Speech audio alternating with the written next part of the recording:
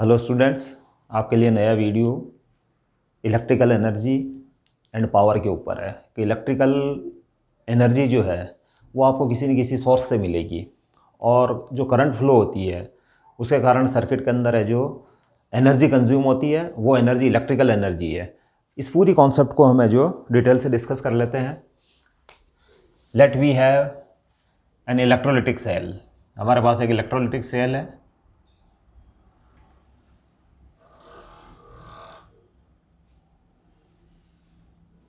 ये सेल बना दिया मैंने। Electrolytic solution,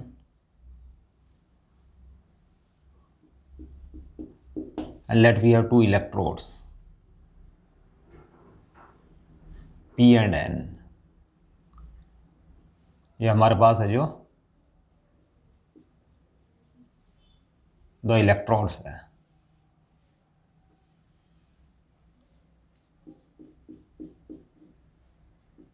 P electrode and N electrode, understand. और आउटर सर्किट में जो करंट फ्लो हो रही है इस रेजिस्टेंस R के थ्रू, अंडरस्टैंड। ये पॉइंट हम A ले लेते हैं और ये पॉइंट B ले लेते हैं।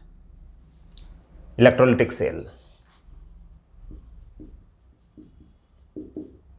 ये इलेक्ट्रोलाइट है। It is the electrolyte solution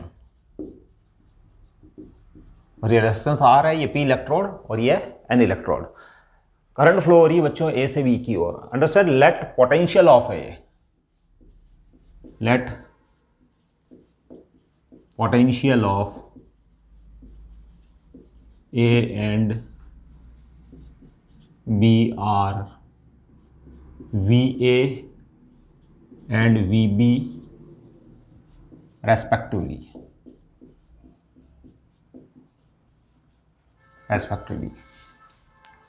A point का पोटेंशियल V है बच्चों और B पॉइंट का पोटेंशियल VB है और करंट है जो flowing from A to B via this resistor. तो in this case certainly VA is greater than VB and VA is greater than VB such that VA minus VB equals to V and which is greater than 0। A point का potential है जो B point के potential से बच्चों higher है और current का flow चूंकि A से B की ओर है, इससे हमको ये पता चलता है कि जो because current always from higher potential to lower potential, that is the potential of point A is greater than the potential of point B। अब बच्चों हम अज्यूम करते हैं कि लेट डेल्टा क्यू चार्ज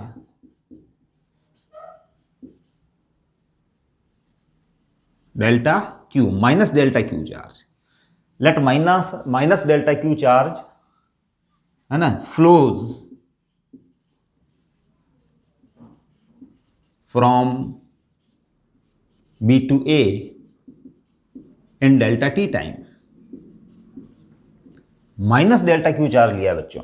आपकी एनसीईआरटी में इसको प्लस डेल्टा क्यू चार्ज ले रखा है, लेकिन मैंने माइनस डेल्टा क्यू चार्ज लिया है। माइनस डेल्टा क्यू चार्ज मैंने इसलिए लिया है क्योंकि करंट है जो in the form of electrons, charge carriers are the electrons, वो किसी भी क्रॉस सेक्शन को है जो क्रॉस करते हैं सर्टेन रेट से और इसी वजह से आपको जो स्टेडी करंट है जो आपको ऑब्टेन होती है। तो माइनस डेल्टा क्यू चार्ज अगर B से A तक फ्लो होता है in delta T time, understand, then potential energy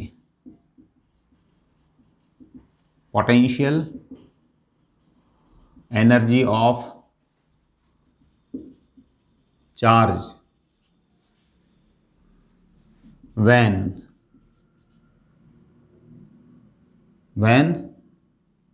it is assumed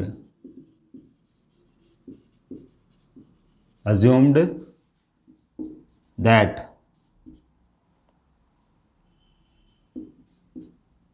it is at point A। यहां आपको जो केयरफुली है जो कंसीडर करना है कि जब वो डेल्टा क्यू चार्ज, वैसे डेल्टा क्यू चार्ज यहां जो क्रॉस सेक्शन है वायर का वहां से फ्लो होके उसके थ्रू फ्लो होते हुए डेल्टा टी टाइम में वो यहाँ तक पहुँच जाता है। अंडरस्टैंड? इसका मतलब डेल्टा क्यू चार्ज इस क्रॉस सेक्शन से भी फ्लो होता है पर सेकंड, और डेल्टा क्यू चार्ज इस क्रॉस सेक्शन से भी है जो फ्लो होता है पर second. Understand? Delta Q charge in delta T time flow होता है। अंडरस्टैंड?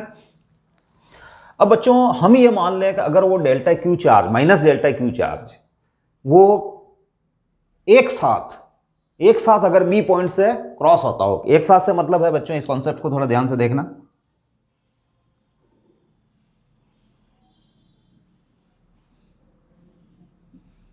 करंट फ्लो हो रही इस डायरेक्शन में, तो वैसे तो है जो इसके अंदर फ्लो है जो इस टाइप से इलेक्ट्रॉन्स है जो कंटिन्यूअसली है जो फ्लो हो रहे हैं इस डायरेक्शन में। हमने यहाँ केवल उनकी ड्रिफ्ट मोशन को बताया, हमने उनकी मोशन स्ट्रेट लाइन में नहीं है बच्चों। ये पहले वाले वीडियो के अंदर हम डिस्कस कर चुके हैं, overall their motion is not along a straight line but we are showing here only the drift speed towards the positive terminal. हमने थर्मल वेलोसिटी के जो कंपोनेंट्स हैं उनको हमने शो नहीं किया है, हम केवल है जो इस डायरेक्शन में जो ड्रिफ्ट वेलोसिटी वो गेन करती है, अंडरस्टैंड, उसकी मोशन को शो किया है। अब बच्चों delta Q charge minus delta Q charge है जो फ्लो हो रहा है इन डेल्टा टी टाइम, तो वो कंटिन्यूसली है जो धीरे धीरे जो यहाँ से एंटर हो रहा है चार्ज, और डेल्टा टी टाइम का एंड होते होते यहाँ तक पहुँच जाता है, तो हम कहेंगे इससे rate of flow of charge वो है delta Q by delta T. और इसी टाइप से जो उसी दौरान उसी टाइम के अंदर डेल्टा क्यू चार्ज है जो डेल्टा टी टाइम के अंदर यहाँ से भी क्रॉस हो जाता है, क्योंकि उसके हर पार्ट में करंट की वैल्यू सेम है। अंडरस्टैंड? क्योंकि क्रॉस सेक्शन जो है वो यूनिफॉर्म है और करंट की वैल्यू हर पार्ट के अंदर क्या है, सेम है। अंडरस्टैंड? अब बच्चों यहाँ जो इंपॉर्टेंट बात यह है कि यहाँ चार्ज का फ्लो है जो कंटिन्यूस फ्लो है। अंडरस्टैंड? तो हम ये मान रहे हैं कि जब डेल्टा क्यू चार्ज जो कि डेल्टा टी टाइम में फ्लो होता है वो टी इक्वल टू 0 पे यहाँ से एंटर होता है, डेल्टा टी टाइम का एंड होते होते यहाँ तक पहुँचता है, तो इससे जो चार्ज फ्लो हुआ minus delta Q in delta T time है। लेकिन आप ये मान लें कि ये टोटल चार्ज डेल्टा क्यू जो कि यहाँ से यहाँ तक डिस्ट्रीब्यूटेड है, किसी टाइम पे आप इनको मान सकते हो यहाँ से यहाँ तक, यहाँ वाला जो पहले वाला चार्ज था वो तो लेफ्ट साइड में आ गया है, तो इस टोटल चार्ज को हम मान लें किसी मोमेंट पे वो यहाँ इस क्रॉस सेक्शन पे है। अंडरस्टैंड? और सेम टाइम उसी डेल्टा टी टाइम के अंदर यहाँ जब वो चार्ज होता है डेल्टा क्यू टू, तो वो चार्ज जब यहाँ पहुँच जाता है तो आपको ये मानना पड़ेगा कि डेल्टा क्यू चार्ज पहले यहाँ था और इसके बाद यहाँ गया इन डेल्टा टी टाइम में। Understand?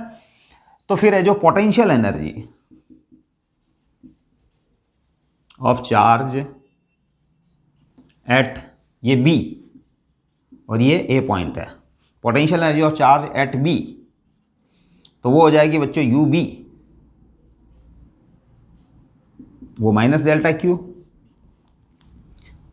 And V B. Potential energy का फॉर्मूला क्यू इंटू वी, और वी की जगह आपने वी बी लिख दिया क्योंकि वो चार्ज डेल्टा क्यू मैं मान रहा हूं कि वो यहां है किसी टाइम पे। अंडरस्टैंड? और डेल्टा टी टाइम बाद वो चार्ज है जो यहां होता है। अंडरस्टैंड? ये चार्ज होता है। बच्चों मेरी बात को आप केयरफुली समझें कि डेल्टा क्यू चार्ज जब फ्लो हो रहा है तो वो कंटिन्यूस फ्लो हो रहा है। अंडरस्टैंड? लेकिन मैं ये मान लूँ वो टोटल चार्ज जो कि यहाँ से यहाँ तक डिस्ट्रीब्यूटेड है वो किसी टाइम पे है जो यहाँ था, और फिर डेल्टा टी टाइम के बाद वो टोटल चार्ज डेल्टा क्यू यहाँ आ गया है। आप इसको थोड़ा सा इस टाइप से समझिए। अंडरस्टैंड? तो उस समय पोटेंशियल एनर्जी है जो उसकी, जब वो charge total delta Q charge यहाँ है वो, तो माइनस डेल्टा क्यू वी भी उसकी पोटेंशियल एनर्जी होती है, एंड एट ए उसकी पोटेंशियल एनर्जी होगी U A equals to minus delta Q into V A. Understand? तो change in potential energy that is change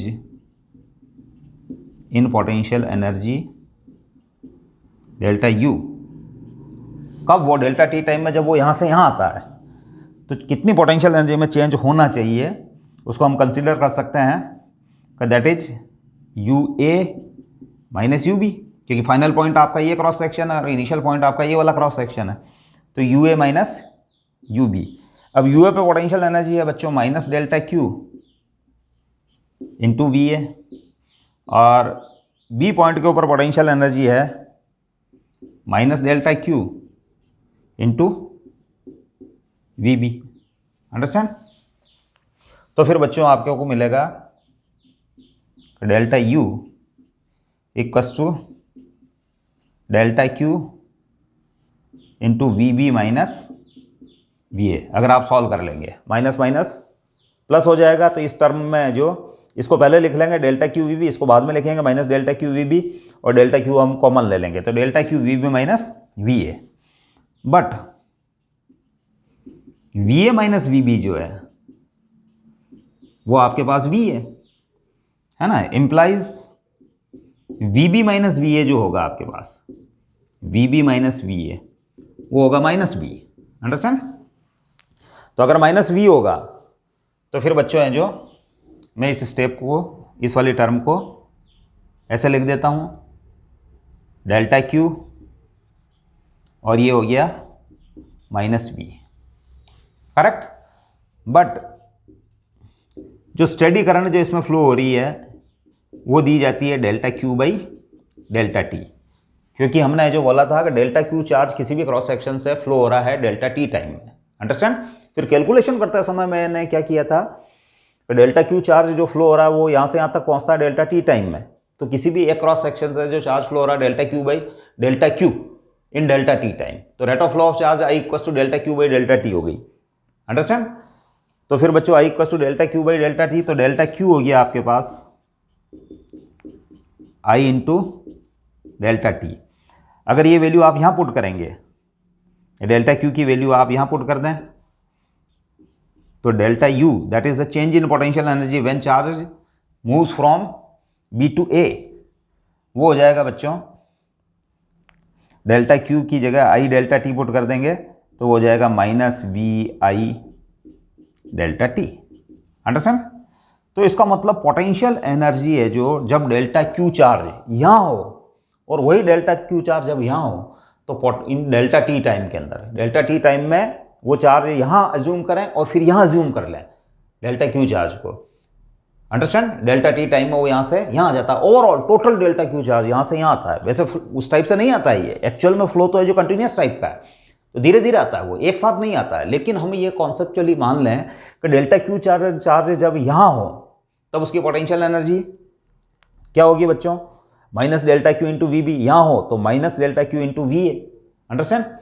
तो फिर डेल्टा टी टाइम के अंदर है जो यहाँ से यहाँ तक है जो अगर वो चार्ज हो तो फिर पोटेंशियल एनर्जी बच्चों डिक्रीज होती है। Negative sign shows that the potential energy decreases. Delta U negative implies potential energy decreases when charge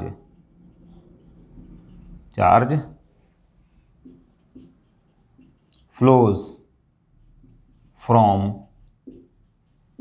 B to A, यानी इलेक्ट्रॉन्स है जो B से A तक जब फ्लो होते हैं, अंडरस्टैंड, तब तक है जो पोटेंशियल एनर्जी क्या हो जाती है उसकी इतनी डिक्रीज हो जाती है।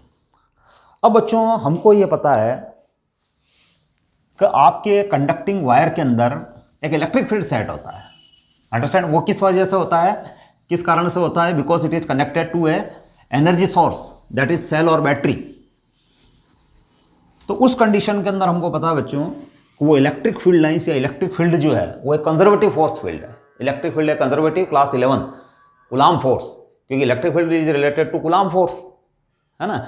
आप क्या करते हैं, F by Q naught where Q naught tending to 0, वो इलेक्ट्रिक फील्ड इंटेंसिटी को डिफाइन करता है। तो इसका मतलब है जो वायर के अंदर जो फील्ड एग्जिस्ट कर रहा है that is conservative, that is electric field is conservative in nature. और हमको पता है जब है जो फील्ड कंजर्वेटिव हो तो उस कंडीशन के अंदर है जो mechanical energy is always conserved. Understand? तो फिर बच्चों है जो हम इसको आगे लिखने जा रहे हैं।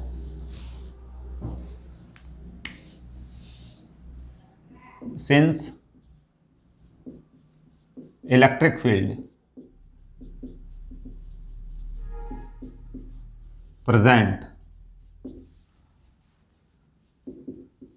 inside the conductor is conservative, conservative. So है ना, K plus U kinetic energy plus potential energy, E that is the mechanical energy. ये कौन सी एनर्जी है बच्चों?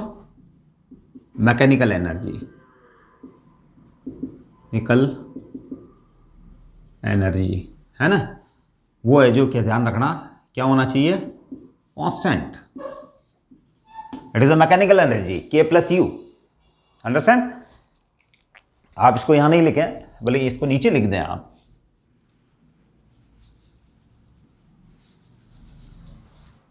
K plus U equal to constant. Kinetic और पोटेंशियल का सम क्या रहता है? कांस्टेंट रहता है। It is the mechanical energy conservation principle. Mechanical energy conservation principle. It is a mechanical energy conservation principle. यानी इसकी काइनेटिक और पोटेंशियल एनर्जी का सम है ना, किसी भी पॉइंट के ऊपर क्या बना रहता है?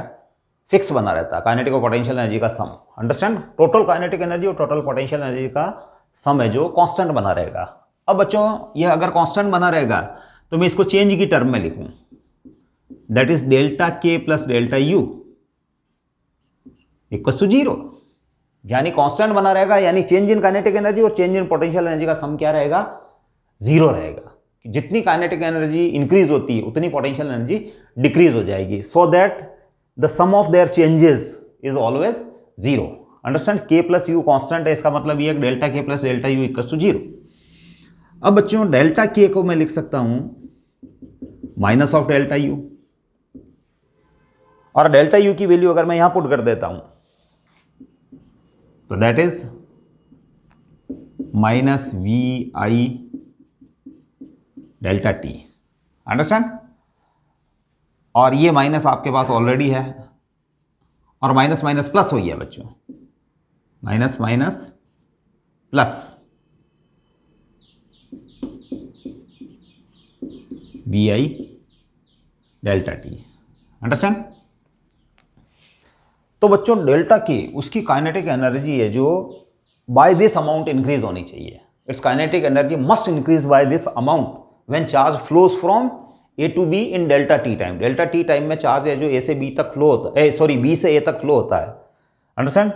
तो उसकी है जो ध्यान रखना, A से B तक फ्लो होता है तो उसकी है जो काइनेटिक एनर्जी इतनी इंक्रीज होनी चाहिए, है ना, that is it's kinetic energy must increase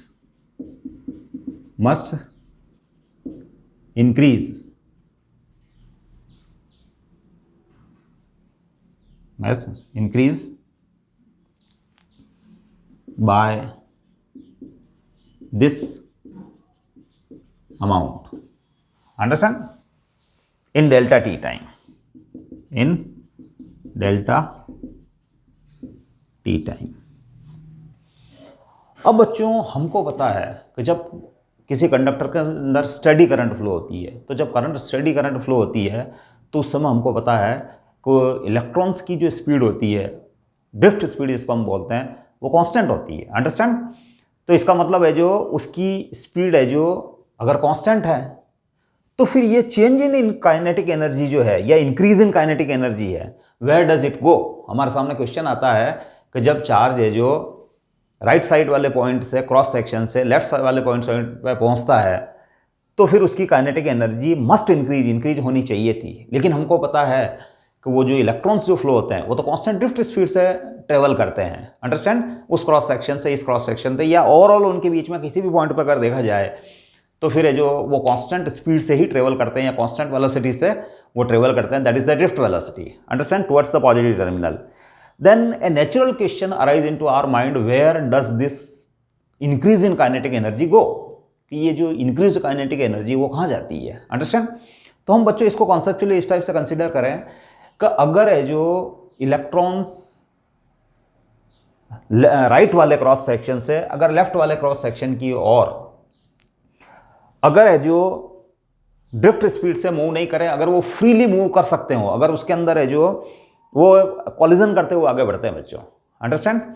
तो अगर है जो उनका मूवमेंट फ्रीली हो तो सर्टेनली है जो उनकी काइनेटिक एनर्जी इस अमाउंट से इंक्रीज हो जाती है, अंडरस्टैंड। लेकिन बच्चों हमको पता है कि they move with the towards the positive terminal और positive end with continuous collision with the stable ions, understand. वो स्टेबल आयंस अपनी जगह पे वाइब्रेट होते रहते हैं, उनके बीच में से ये इलेक्ट्रॉन्स निकलते हैं, तो उनके जो कंटिन्यूसली है जो दे सफर कॉलिजन, अंडरस्टैंड। तो हम इसको इस टाइप से एक्सप्लेन कर सकते हैं कि between two successive collision their motion is accelerated, उनकी काइनेटिक एनर्जी इंक्रीज होती है, but this increased in kinetic energy is transfer to the atom और ion whom they collide, understand. दो सक्सेसिव कॉलिजन, जैसा आपका इलेक्ट्रॉन है जो यहाँ से कॉलाइड करके है जो यहाँ नेक्स्ट कॉलिजन उसका हुआ, अंडरस्टैंड। तो इस दौरान उसकी काइनेटिक एनर्जी सर्टेनली इंक्रीज होगी, लेकिन वो increased kinetic energy it is transfer to the stable ion whom they collide। वो इस जगह जो स्टेबल आयन है उससे वो है जो कॉलिजन करेगा, तो ये काइनेटिक एनर्जी जो बढ़ी हुई काइनेटिक एनर्जी है एक इलेक्ट्रॉन के लिए, वो है जो उस आयन को शिफ्ट कर देगा। इससे इनॉर्मस नंबर ऑफ इलेक्ट्रॉन्स इस प्रोसेस को पास करते हैं और है जो वो अपनी अपनी एनर्जी जो इंक्रीज काइनेटिक एनर्जी है वो किसको शिफ्ट कर देते हैं, उन स्टेबल आयंस को, वो जो इंक्रीज काइनेटिक एनर्जी, अंडरस्टैंड। तो after that collision they again start moving with the same drift speed as before, understand. दो कॉलिजन के बीच की में उनकी काइनेटिक एनर्जी बढ़ती है, लेकिन वो इंक्रीज काइनेटिक एनर्जी ट्रांसफर हो जाती है और फिर वो एक कांस्टेंट स्पीड जिसको ड्रिफ्ट स्पीड बोलते हैं या ड्रिफ्ट वेलोसिटी बोलते हैं, उससे पॉजिटिव टर्मिनल की ओर बढ़ना स्टार्ट कर देते हैं। अब बच्चों ये एनर्जी किसको मिली, ये एनर्जी मिली स्टेबल आयन से जिनसे वो कॉलाइड हुए। तो बच्चों उनका मॉलिक्यूलर एजिटेशन यानी वो जो स्मॉलर एम्पलीट्यूड के साथ वाइब्रेट हो रहे थे, अंडरस्टैंड। जैसे यहाँ वाला एटम जिससे वो टकराया और उसको काइनेटिक एनर्जी शिफ्ट कर दी, तो यहाँ वाला जो आयन है जिससे वो टकराया है, अंडरस्टैंड, तो वो पहले है जो जैसे यहाँ से यहाँ तक है जो वाइब्रेट होता था, अंडरस्टैंड। लेकिन बच्चों है जो उसका मॉलिक्यूलर एजिटेशन बढ़ जाएगा, क्यों, क्योंकि उसको एनर्जी मिल चुकी है, तो फिर वो ग्रेटर एम्पलीट्यूड के साथ वाइब्रेट होगा। पहले जैसे यहाँ से यहाँ तक आता था राइट साइड में, तो अब वो है जो वो और यहाँ से यहाँ तक जाएगा, अंडरस्टैंड। तो एक तरीके से लेफ्ट साइड और राइट साइड में उनके एम्पलीट्यूड्स बढ़ गए। और हमको पता है बच्चों कि मॉलिक्यूलर एजिटेशन किसी भी बॉडी का जितना बढ़ेगा, काइनेटिक एनर्जी किसकी, मॉलिक्यूल्स की, रोटेशनल काइनेटिक एनर्जी किसकी, मॉलिक्यूल्स की, अगर वो वाइब्रेट कर रहे हैं तो वाइब्रेशनल काइनेटिक एनर्जी, अंडरस्टैंड। तो ये जो एनर्जी की जो डिफरेंट मोड्स हैं जो मॉलिक्यूल रखते हैं, अगर इनमें जो किसी टाइप का कोई इंक्रीमेंट होता है, it is the molecular agitation, है ना। काइनेटिक एनर्जी क्या है बच्चों, मॉलिक्यूलर एजिटेशन से रिलेटेड एनर्जी है। It is not the potential energy, it is due to all type of kinetic energies. It may be vibrational, it may be rotational, it may be translatory, understand. जैसे इस कमरे के अंदर है जो, अगर हम बात करो रूम टेम्परेचर किस कारण से है, तो हमने क्लास 11 की थर्मोडायनेमिक्स में पढ़ा है कि मॉलिक्यूल्स एक प्लेस से दूसरे प्लेस में मूव कर रहे हैं, तो उनके बीच में ट्रांसलेटरी काइनेटिक एनर्जी है, उस कारण वो मॉलिक्यूल्स है जो रोटेट होते हुए भी जा सकते हैं, है ना। और अगर किसी टाइप का वाइब्रेशन उनके अंदर प्रेजेंट है तो वाइब्रेशनल है जो काइनेटिक एनर्जी भी उनके हो सकती है। तो ये जितनी भी है जो काइनेटिक एनर्जी है डिफरेंट फॉर्म की, इनके सम के कारण है जो, ध्यान रखना, टेम्परेचर क्रिएट होता है, understand. Temperature is due to thermal agitation. तो बच्चों वो जो आपका जो स्टेबल आयन था जो ऑलरेडी वाइब्रेट कर रहा था रूम टेम्परेचर के कारण, लेकिन करंट फ्लो के कारण है जो उसका वाइब्रेशनल एम्पलीट्यूड बढ़ जाएगा। इसका मतलब है जो उसका टेम्परेचर बढ़ रहा है और conductor gets heated up, understand.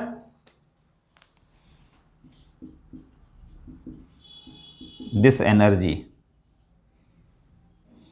Is transferred to stable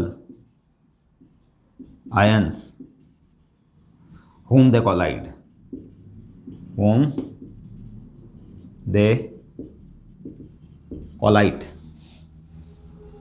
and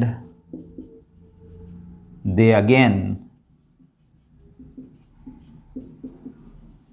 start moving with constant drift speed, understand. So the ions start vibrating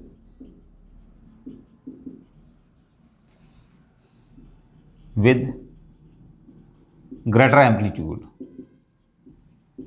with greater amplitudes or more vigorously.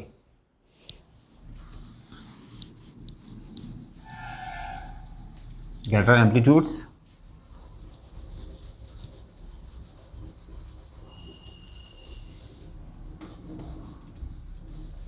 or more vigorously, or more vigorously, more vigorously. Understand? So conductor gets heated up. Conductor gets, that is heat is produced. Heat, ध्यान रखना, heat एक type of energy is produced in the process.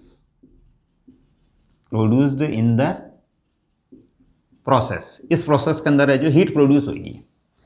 अब बच्चों question ये आता है heat is a type of energy, और वो जो हीट प्रोड्यूस होगी वो रेडिएट हो जाएगी. अंडरस्टैंड? वो एटमॉस्फेयर के अंदर वो जो हीट प्रोड्यूस हो रही है, that is the ohmic thermal energy जो प्रोड्यूस हो रही है. ठीक है ना? आप उसको है जो ओमिक एनर्जी कह सकते हो, है ना. H=I²RT वाली एनर्जी वो आगे चल के डिराइव होने वाली है.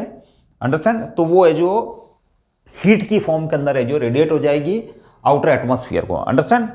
अब बच्चों क्वेश्चन ये आता है कि हु प्रोवाइड्स दिस एनर्जी, इस एनर्जी को कौन देता है? तो ऑब्वियसली हमारे पास जो सर्किट के अंदर हमारे पास जो एनर्जी का सोर्स लगा हुआ है वो हमारे पास एक सेल या बैटरी है. तो इसका मतलब है जो हीट का प्रोडक्शन हो रहा है, जो एनर्जी का प्रोडक्शन हो रहा है, वो एनर्जी जो मिल रही है वो at the cost of chemical energy of the cell. Cell के अंदर केमिकल एनर्जी है, केमिकल एनर्जी इलेक्ट्रिकल एनर्जी में कन्वर्ट हो रही है, और इलेक्ट्रिकल एनर्जी का एक पार्ट जो है वो हीट में कन्वर्जन हो रहा है. Understand?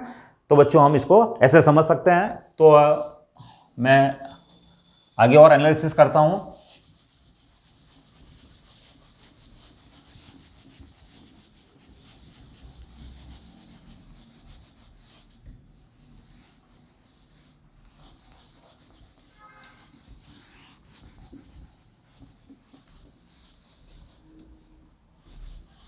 This energy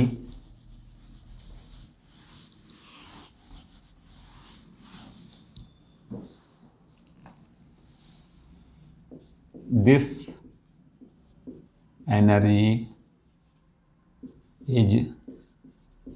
supplied by energy source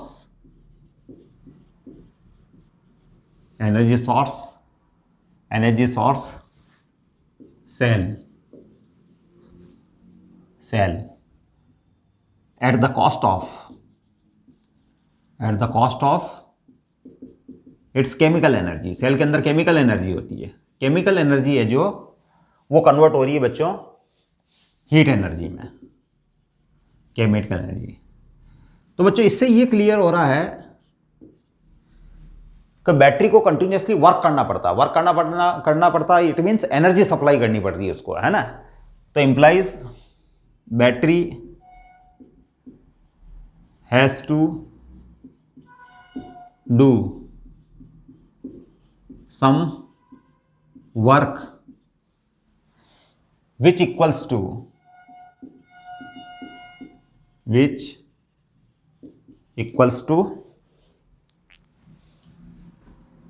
delta k,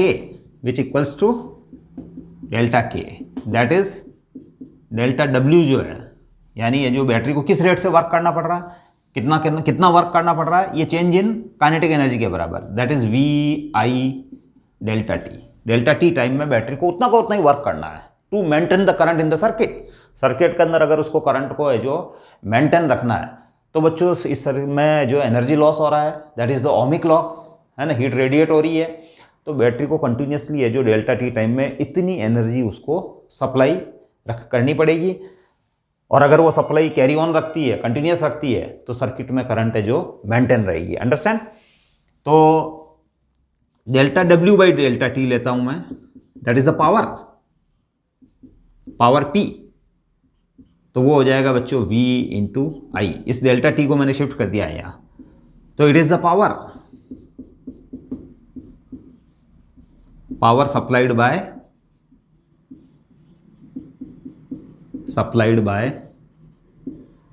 battery. Understand? और जो एनर्जी उसने सप्लाई दी है that is the electrical energy. उस एनर्जी को हम इलेक्ट्रिकल एनर्जी बोलेंगे, और इलेक्ट्रिकल एनर्जी जो obtained from the energy source that is cell और बैटरी। अंडरस्टैंड? तो P equals to V into I is the equation. अब बच्चों अगर इस सर्किट के अंदर I करंट फ्लो हो रही है, अंडरस्टैंड, और V पोटेंशियल डिफरेंस अप्लाई किया गया है, इस रेजिस्टेंस के अक्रॉस V पोटेंशियल डिफरेंस है, तो हम लिख सकते हैं इसको but V equals to I into R। Understand? तो इंप्लाइज V की ये वैल्यू आप यहां पुट कर देंगे, तो P इक्वल्स टू हो जाएगा बच्चों I स्क्वायर R। अंडरस्टैंड? उसी पावर को आप करंट और रेजिस्टेंस के टर्म में आप इस टाइप से लिख सकते हैं। अगेन अब I equals to V by R put कर देते हैं इस इक्वेशन में। I इक्वल्स टू यहाँ से आप I equals to V by R ले लें, और अगर यहाँ पुट कर देते हैं तो implies P equals to V square by R. Understand? तो आप वोल्टेज और रेजिस्टेंस के टर्म में पावर को इस टाइप से लिख सकते हैं, और करंट और रेजिस्टेंस के टर्म में पावर को आप इस टाइप से लिख सकते हैं। अब बच्चों हमारे सामने एक नेचुरल क्वेश्चन आता है, और ये क्वेश्चन कई बार पूछा जाता है कि पावर स्टेशन से जो पावर की सप्लाई होती है डिस्टेंट प्लेसेस के ऊपर, जैसे फॉर एग्जांपल है जो जैसे मैं भीलवाड़ा राजस्थान, अंडरस्टैंड, तो हमारे यहाँ है जो एटॉमिक पावर प्लांट कोटा से सप्लाई है, understand, that is AC supply, और हम यहाँ डिस्कस कर रहे हैं DC सप्लाई, क्योंकि ये आपके सेल्स वगैरह जो है these are the DC sources. Understand? तो फिर बच्चों वाया केबल्स, कंडक्टिंग केबल्स जो होती है ना, उनके थ्रू है जो ये पावर सप्लाई होती है डिस्टेंट प्लेसेस पे। These are 100 miles away from the power production centre. जहाँ पावर का प्रोडक्शन होता है वहाँ से है जो उसका कंजप्शन सेंटर जो होता है वो माइल्स किलोमीटर अवे हो सकता है, और वो जो लाइन्स जो है ना, वहाँ है जो सर्टेनली है जो एनर्जी लॉस होगा I स्क्वायर R। अंडरस्टैंड? अब इस I स्क्वायर R के कारण है जो प्रोड्यूस्ड एनर्जी उसका बहुत लार्ज पार्ट जो है वो वेस्ट हो सकता है, क्योंकि ये जो रेडिएटेड एनर्जी जो होती है वो है जो हमारे लिए यूजफुल नहीं है, क्योंकि it is radiated to the atmosphere, it is not useful to us, वो हमारे लिए जो ज़्यादा यूजफुल नहीं है। तो इसको अवॉइड करने के लिए क्या किया जाए? अंडरस्टैंड? तो इसको अवॉइड करने के लिए बच्चों एक जो ट्रांसफॉर्मर एक डिवाइस है, ट्रांसफॉर्मर डिवाइस को यूज़ करते हुए, ट्रांसफॉर्मर दो टाइप के होते हैं, स्टेप अप ट्रांसफॉर्मर और स्टेप डाउन ट्रांसफॉर्मर। तो इसको हायर वोल्टेज पे प्रोडक्शन सेंटर्स पे एक स्टेप अप ट्रांसफॉर्मर के थ्रू इसको 22,000 वोल्ट के अंदर है जो कन्वर्ट कर दिया जाता है, वेरी हायर वोल्टेज।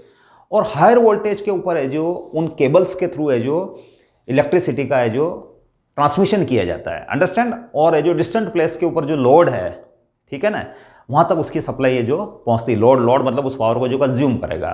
तो बच्चों अगर हायर वोल्टेज के ऊपर उसकी शिफ्टिंग की जाए तो फिर ये देखा गया है कि जो लाइंस के ऊपर जो अननेसेसरी पावर लॉस है which is not useful to us, जो हमारे लिए यूजफुल नहीं है, वो है जो पावर लॉस है जो बहुत रिड्यूस हो जाता है, बहुत मिनिमाइज हो जाता है। अंडरस्टैंड? हम इस प्रोसेस को है जो DC सोर्स के थ्रू है जो समझेंगे। फॉर एग्जाम्पल है जो एक डायग्राम बना देता हूं मैं, उस डायग्राम के थ्रू हम इजीली उस पूरे प्रोसेस को हम समझ लेंगे।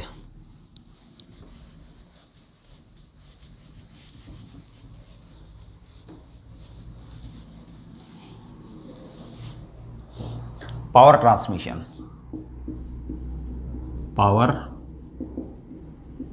Transmission, via cables, understand?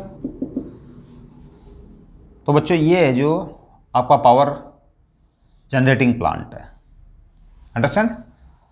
और ये है जो पावर कंज्यूम होगा यहाँ, अंडरस्टैंड? ये कोई इंस्ट्रूमेंट है,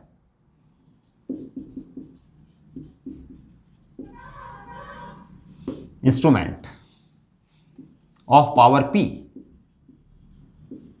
ये जो इंस्ट्रूमेंट है जो इस एनर्जी को कंज्यूम करता है, और ये केबल्स है,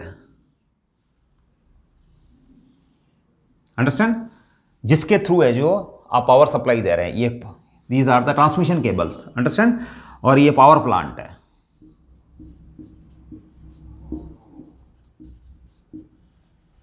अंडरस्टैंड? ये जो इंस्ट्रूमेंट है जहां पावर कंज्यूम होगी, आप इसको लोड कह सकते हो या इंस्ट्रूमेंट कह सकते हो, जहां पावर कंज्यूम होगी। अंडरस्टैंड? तो उसकी जो पावर दे रखी है P what, P what. Understand? अब लेट है जो ये जो वी वोल्ट के ऊपर है जो इसकी पावर पी है एट वी वोल्ट। अंडरस्टैंड? तो ये जो बच्चों वी वोल्ट यहाँ अप्लाई किया। अंडरस्टैंड? तो we can write P equals to V into I. इस वाले इंस्ट्रूमेंट के लिख सकते हैं P equals to V into I. जब यहाँ V power V voltage apply किया जाए तो ये P पावर है जो कंज्यूम करेगा, that is current in the instrument is P by V। तो इस इंस्ट्रूमेंट के अंदर है जो P by V current flow होगी। बच्चों किसी भी इंस्ट्रूमेंट के ऊपर है जो रेटिंग लिखी होती है, रेटिंग मतलब पावर, और पीछे कोमा लगा के वोल्ट लिखा होता है। अंडरस्टैंड? यानी इतने वोल्ट पे रन करने पर इतनी पावर ये कंज्यूम करेगा। It is the marking on the, it is the rating of that instrument. Understand? ये लिखा होता है। तो ये वाला जो इंस्ट्रूमेंट है V वोल्ट पे रन करता है और वो P पावर कंज्यूम करता है ना? ये इसकी रेटिंग ये लिखी हुई है। और तो P इक्वस टू हम लिख सकते हैं, अभी मैंने फॉर्मूला डिराइव किया V इंटू आई, तो I इक्वस टू हो जाएगा P बाई V। इसका मतलब है जो इसके अंदर जो करंट फ्लो होती है, अंडरस्टैंड, वो है आपके पास बच्चों P बाई V से दी जाएगी। अंडरस्टैंड? अब बच्चों हीट लॉस जो होता है अभी हीट लॉस एट केबल, वो है बच्चों I square RC, where C is the, RC is resistance of cable.